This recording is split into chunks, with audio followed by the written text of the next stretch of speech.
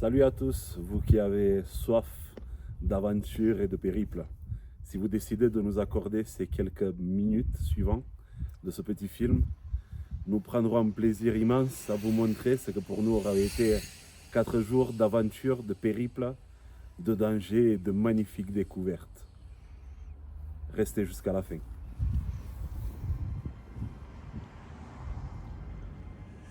Et il était temps de partir pour cette première journée de la RGA. En quittant Puget-Théniers, on ne savait pas vraiment à quoi s'attendre. On avait juste la possibilité de lever les yeux et regarder ces formes de relief devant nous. La direction, c'était Saint-Sauveur sur Tinée.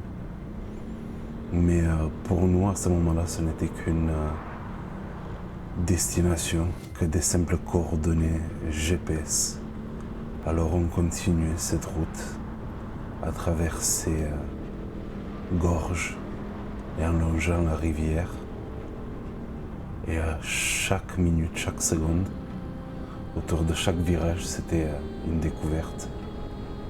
Une nouvelle découverte, des nouvelles formes, des nouvelles couleurs.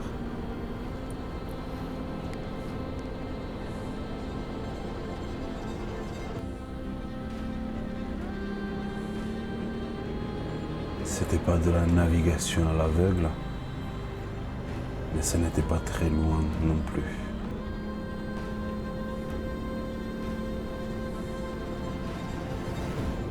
On a trouvé des copains à un moment donné. On a fait un bout de chemin avec eux. Et il était déjà temps, pour moi surtout, d'attaquer le premier petit déjeuner de la journée. Ceci étant fait, la direction c'était le col de la Bonnette. Encore une fois, nous n'en avions qu'entendu parler au travers d'histoires, au travers de spécificités, de quotas d'altitude, de plus grandes routes d'Europe goudronnées. Mais on n'avait aucune image pour ça. Tout ce qu'on voulait à ce moment-là, c'était découvrir.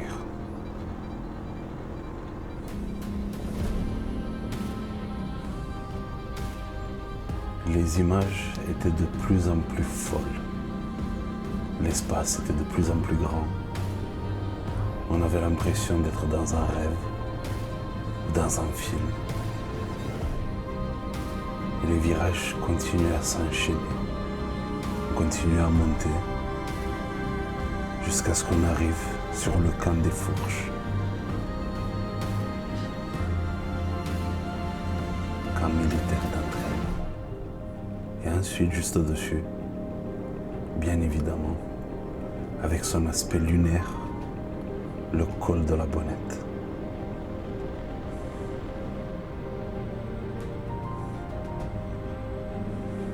Bien sûr, la destination n'est pas toujours la plus importante. La route fait partie. Il était déjà temps de redescendre, sans oublier les vestiges de la ligne Maginot, ces bunkers de la résistance.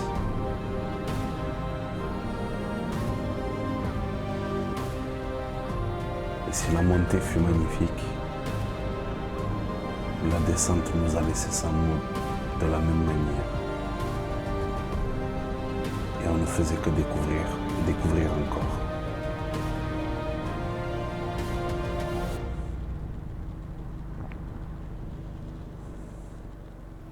Pendant qu'on effectuait notre descente, un sentiment très humain et très terre-à-terre est venu me frapper. C'était simplement la faim. Et vu qu'on connaissait déjà la vallée de l'Ubaye et les alentours de Barcelonnette, on s'est décidé que ça serait pas si mal de prendre la direction de l'Italie pour manger un bout.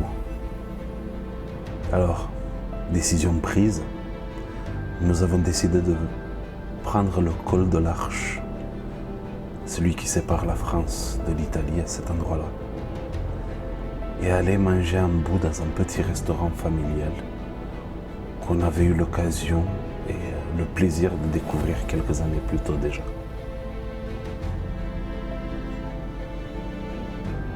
Alors bien évidemment, la vue est autant magnifique d'un côté que de l'autre.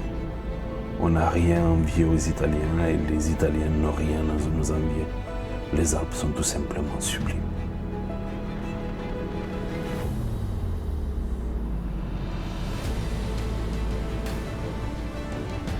Bien sûr, on a eu le plaisir d'avoir encore des copains avec qui partager un morceau de route.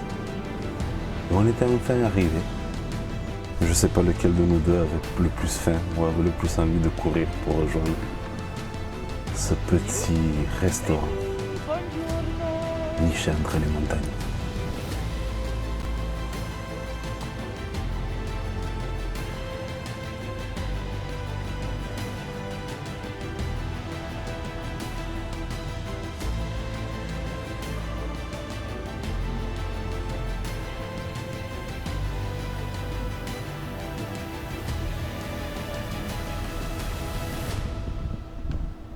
La trattoria.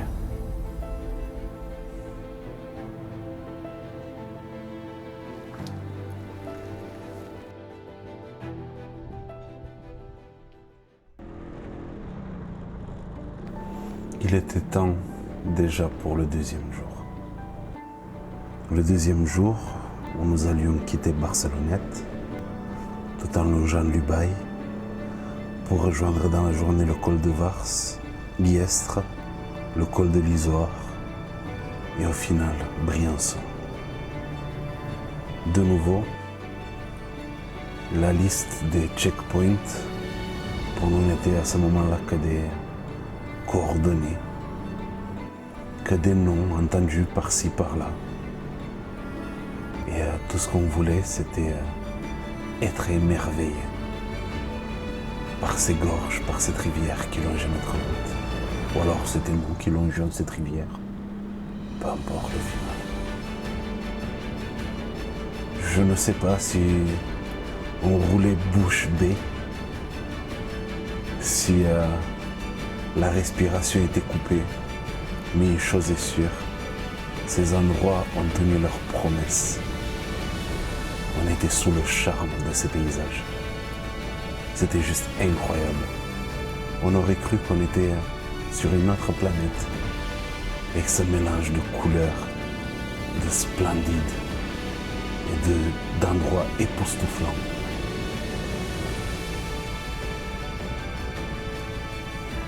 On était mitigés par le sentiment de s'arrêter et faire des photos, ou alors continuer encore pour découvrir. C'est tout simplement, si c'était un film, ça serait un film avec des moments forts sur toute sa longueur, du début à la fin. Ça n'avait aucun sens, on n'avait jamais vu ça.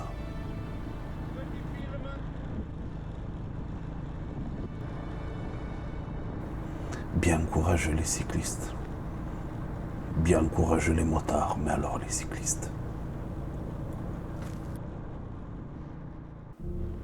Il était temps pour le troisième jour, au départ de Briançon.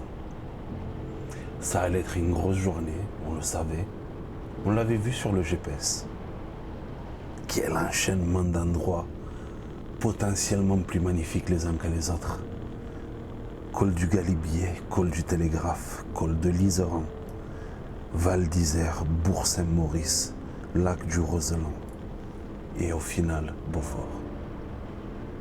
Mais encore une fois, la journée allait être longue et riche en émotions. On ne se parlait pas beaucoup finalement. On profitait du silence et de la vision de ces grands monuments de la nature.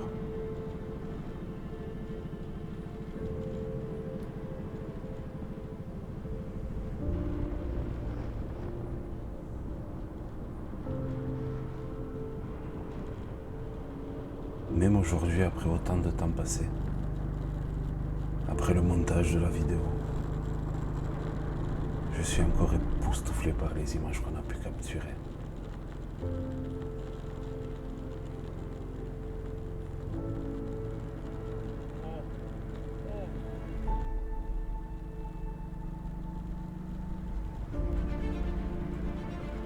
C'était incroyable.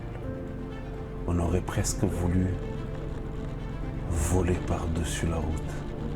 On aurait presque voulu aller toucher du doigt tous ces cols, toutes ces pointes de montagne, toutes ces vallées, chaque goutte de ces rivières. Il y a parfois des moments dans la vie où on souhaite que le temps passe plus vite. Puis bien évidemment qu'à ce moment-là, tout ce qu'on souhaitait, c'était que le temps s'arrête.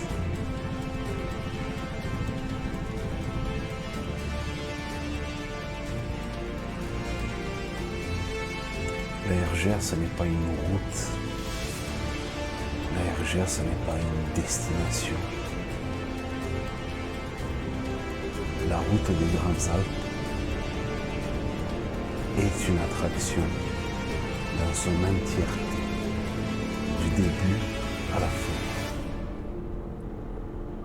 De la première clé dans le contact jusqu'à la dernière nuit à l'hôtel ou dans votre tente, tout est un spectacle.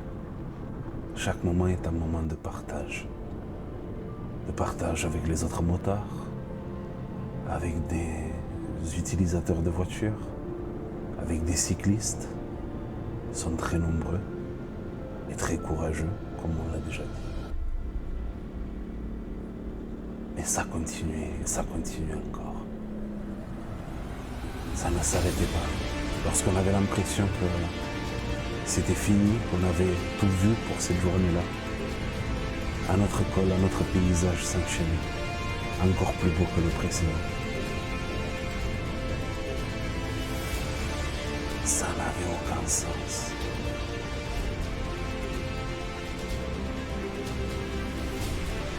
Et nous n'en cherchions aucun finalement. Pourquoi tout devrait avoir forcément un sens?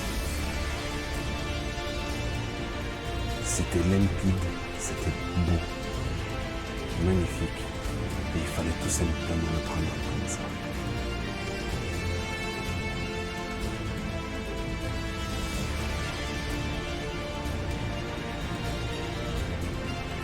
Les changements de décor étaient si souvent qu'on avait l'impression d'être un jet privé.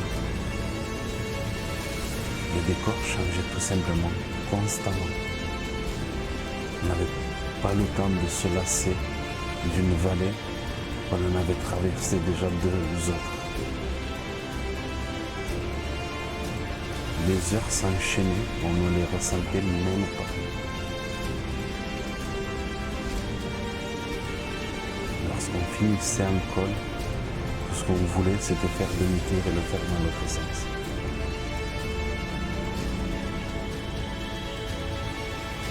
Le bouquet final de cette 3e journée.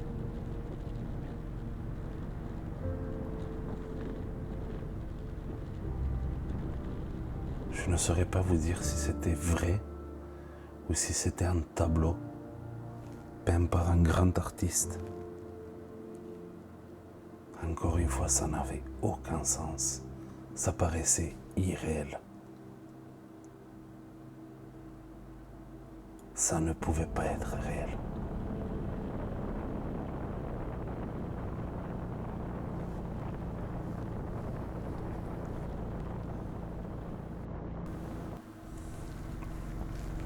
Il était temps d'attaquer la 4e et dernière journée. Col des Saisies, col des Aravis, col de la Colombière, col des Gets, et au final, Thonon-l'Épée. Je ne saurais vous dire encore à l'heure d'aujourd'hui si à ce moment-là j'étais heureux ou triste. Heureux d'avoir eu la chance de découvrir tous ces endroits, toutes ces vallées, tous ces cols. Ou alors triste parce que forcément je savais que c'était la fin. cela ne nous a pas empêché de profiter une dernière journée. Et autour d'amis en 2 roues qu'on ne connaissait pas, on a enchaîné les virages et les descentes.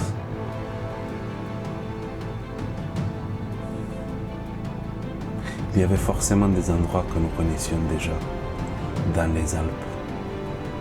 La direction qu'on prenait à ce moment-là nous était connue, car ce n'était pas loin de la Suisse et ses stations d'Avoriaz et autres.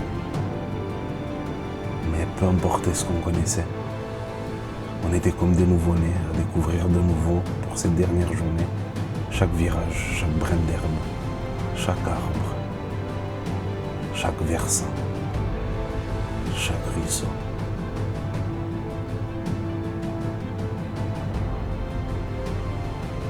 On roulait avec un pincement au cœur, car on savait que chaque kilomètre qu'on faisait nous approchait de la destination.